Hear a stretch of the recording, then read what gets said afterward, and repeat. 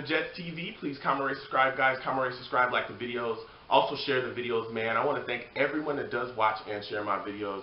You folks are the absolute best, man. So without further ado, let's go ahead and get into it, all right? First thing I want to do is recap my Week 2 results from the picks that I made there, okay? Listen, Niners at Panthers. I took the Panthers in that game. That got me a win. Niners 27, Panthers 46. Kelvin Benjamin had a big game.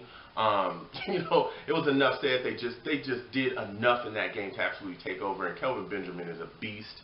Seahawks at Rams. I took the Seahawks in this game, didn't give the Rams much of a chance. They shocked me and they shocked the world. Let me tell you something. Seahawks 3, Rams 9. I had Ram fans in my inbox going, what now? What now? We beat them. Our defense was great. Hey, hats off and credit to you guys. Hey, it was a big time win at home for you guys. Nothing but love to my Rams fans, all right? Shout out to you guys. Last but not least, Jets, Bills. I took the Jets in this game. That got me a win. Jets 37, Bills 31. It was an ugly game. The Jets gave up a lot of big plays. The Bills just found ways to scrap and kind of stay in the game. There were coaching mistakes. There was time management mistakes. There was all type of mistakes by the Jets. There was fumbles, returned for touchdowns. I mean, it was just it was an ugly win. But I tell you what, I will take it. Every single day, I will take an ugly win over, a pretty loss, all right? So I will take it. Jets win, all right? And that got me a win. So without further ado, let's go ahead and move into Week 3, man, because that's in the past now. Week 2 is gone. I'm moving forward. I'm looking forward. So let's go, all right? So first game I want to cover, Pittsburgh Steelers at the Philadelphia Eagles, man. Listen, Philadelphia Eagles offense is on a high right now with these fans, okay? Fans are excited about the man himself, Carson Wentz. It's Wentzmania. It's Wintsylvania. I mean, they absolutely are loving Carson Wentz, and I love him too. I've watched this kid do a lot of things that a lot of rookies in this league can't do. I'm watching him take total advantage of his leadership on this offense. He's at the line. He's audibling. He's calling plays. He's making adjustments at that line as well. Not just that, but the things he's doing from the pocket. He's staring down guys that are coming at him and saying, okay, fine, you're going to give me that big shot. This linebacker's coming, and I know he's going to hit me, but I'm going to make sure that I deliver this ball to my wide receiver. I'm going to make sure that I'm accurate, and I'll deal with you hitting me later. And I've seen him take some shots, man, where I was like, whoa. But he stood tall in there, took it like a man, and delivered the football accurately. Now, this is the question that I have for the Philadelphia Eagles offense is, when are these wide receivers going to start catching footballs? Just so many drops from Jordan Matthews and Nelson Aguilar. It's like, what is going on out here? Brent Selleck was even dropping balls. I mean, what is going on? Catch the damn ball, man. Catch the ball. That's the question I have. If you got a guy like Wentz out there delivering footballs who's looked pretty solid so far, you got to catch those footballs, man. You just got to, because those things are drive killers. They're dropping balls on third downs. I mean, look, you cannot be doing these things in the NFL. You've got to catch that football. You've got to make that play. Outside of that, they've had a decent running game. It's kind of a back-by-committee thing. I've seen Sproles out there running the ball. Matthews has been out there running the ball as well. But I just think that this Pittsburgh Steelers defense is just going to get after them. And if they keep dropping footballs and killing drives, it's going to be a long day for them. Because I think Ryan Shazier is really going to be effective in this game. They're going to blitz him, and he's going to be in Wentz's face. So if Wentz is taking these hits, you got to catch the damn ball. Offensively, the Steelers have got to get Antonio Brown into this game. And I know that they like to move him around and, put him in different spots, but they've got to find a way to isolate him with Nolan Carroll. And it's not because I think Nolan Carroll is the worst corner in the world. I just think that that's a favorable matchup for Antonio Brown. So I'd like to see him come out of the slot a little bit, just kind of be moved around and used. I'd like to see the ball get into this guy's hands so he can do what he does best and be extremely effective. I'd like to see Sammy Coates really get some plays in this game. This is a kid that I'm really excited about. I think he's got favorable matchups too, especially coming out of that slot and kind of being moved around as well. D'Angelo Williams is a guy. I don't know if his running game is going to be effective from the ground as far as being, the ball being handed off to him. I don't know if he'd be effective that game because I believe that the Eagles' front seven is pretty solid, so they might corral the run game. But I think where you'll see DeAngelo Williams be effective in this game is coming out of the backfield and catching the football. In the receiving game, I think there'll be some hard matchups for him, and he does that well. So with that said, man, I am taking the Pittsburgh Steelers to win this game. I think that their defense is going to be able to hold the Philadelphia Eagles, and I think that it's going to be a long day for the Eagles defense because I think they'll be on the field quite a bit.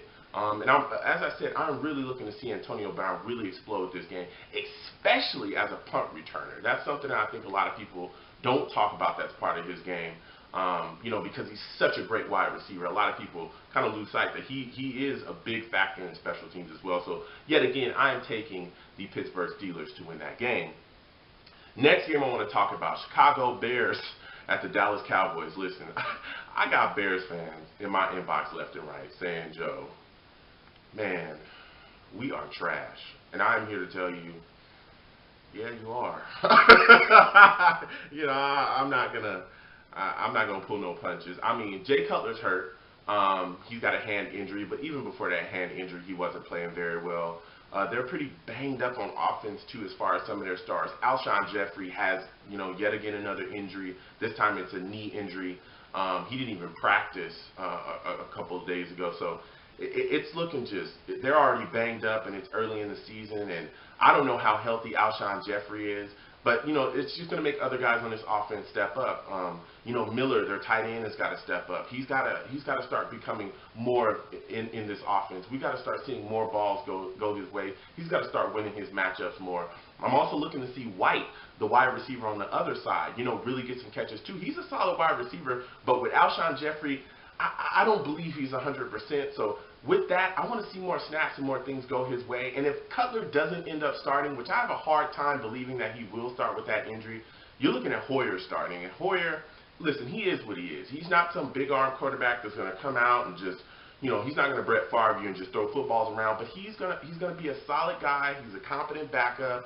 As long as he does just enough to not lose you the game, don't turn the ball over, don't do something crazy, I think they'll be okay, because the big factor here is, can the Bears run the football? Where's Langford in this offense? Let's hand the ball off to him and really get him going as well. And he's also a guy that can come out the backfield and catch the ball too. So there's some things that the Bears have going for them, but they just gotta tape a solid game plan together.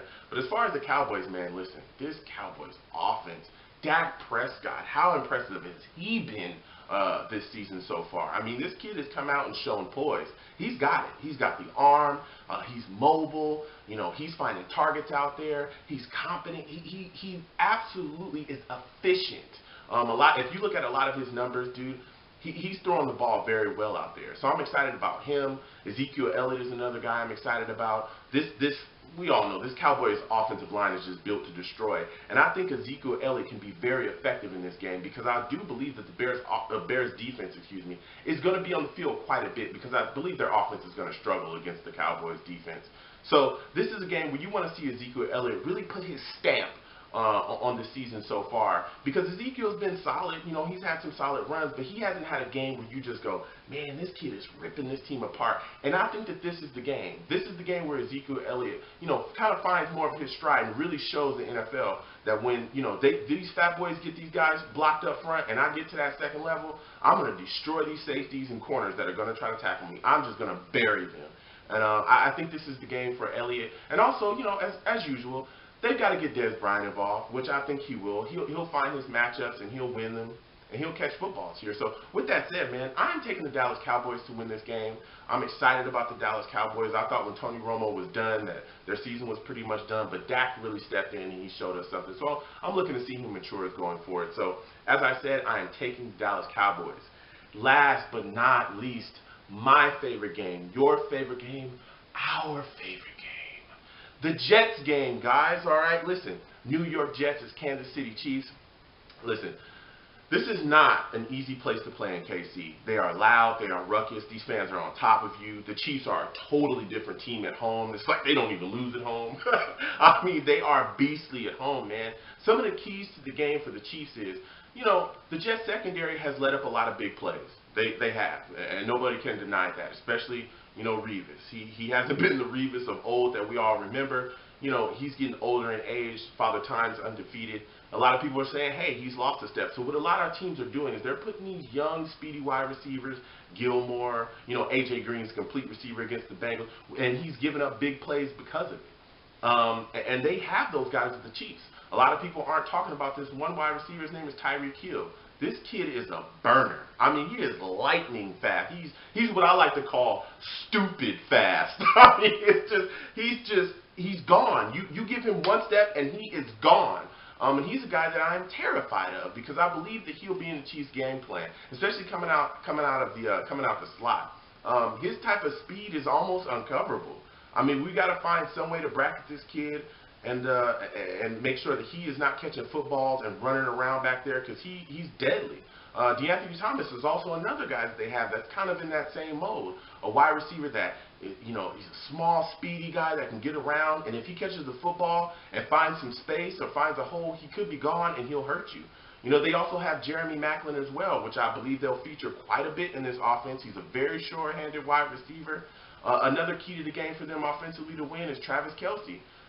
Listen, the Jets have had a hard time covering tight ends that can, produce as wide receivers. Elite tight ends, we've had issues with that. Before Rex was even here, we were terrible at it. All through his tenure here, tight ends that were very good at wide receiver or very good receiving, gave us trouble. So we got to find some way to corral that as well. And then another key to the game for the Chiefs is I don't think that Spencer Ware is going to be effective running the ball here. I think we'll stop that because the Jets defensive line is going to shut all that down. But man, Spencer Ware coming out that backfield as a wide receiver is deadly. He can find some matchups out there and win them.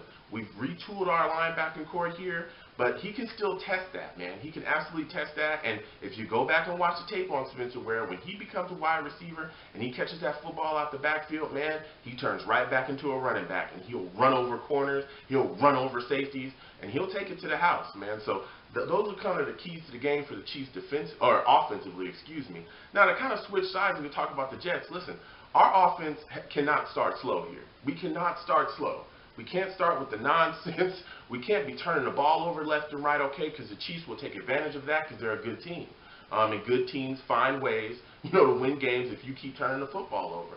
We cannot start slow here. We've got to get rolling. You've got to keep drives going. We can't stall on third down. When we get into the red zone, you've got to get some points. And I'm not talking about field goals. I'm talking about touchdowns, baby. Get in the end zone. We've got to do that. Our red zone efficiency has got to be better than it has been in the past.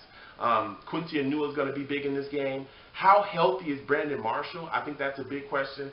I don't think he's very healthy. It's hard for me to believe with the injury, the way that it looked, how he bent back on his knee.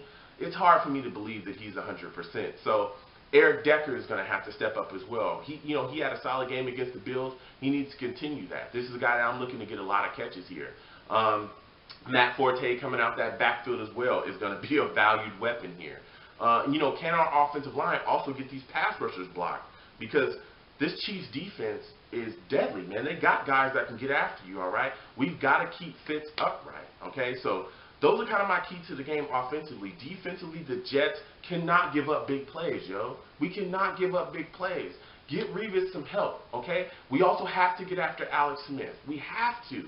Okay, and when we get to him, get him down. We can't let Alex Smith escape the pocket. He's not Tyrod Taylor. He doesn't have elite speed. But Alex Smith can make plays with his feet. And if he starts making plays and extending drives, getting first downs, being able to eke out and get around, no, blast him. We have to get after Alex Smith, and we can't let them start to effectively run the ball as well. Also, Jamal Charles is supposed to be featured in this game. He's coming off of a big injury. I don't know how effective he'll be coming off that injury. I also don't know how many snaps they're going to give him. But defensively, that's another guy that we're going to have to account for too.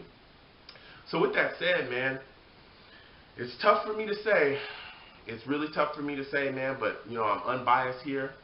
I'm going to say that the Chiefs are going to win, man, and I think it's going to be close. I think it's going to be 17-20 Chiefs, I also think that Tyreek Hill may have a big play as far as special teams because he's done something every single game where he's either had a big return or return for a touchdown or something like that. He may have that in this game too because we're going to be tested at every single phase of our team. I think it's going to be a gritty win. I think it's going to be a gritty loss. I think it's going to be an ugly loss. But we're going to fight. But I believe they're just going to take it away in the last second, the last throws. I think their kicker Santos is going to end up having to kick, a decently long field goal, and they're going to beat us by that. So again, I'm taking Kansas City to win that game. It sucks, but it is what it is. So, hey guys, comment down below. Let me know what you guys think. Tell me about your teams. What do you think about your matchup this week with your squads, all right? And as always, guys, enjoy your times, watch your games, and have fun, all right? Talk to you guys later. Peace.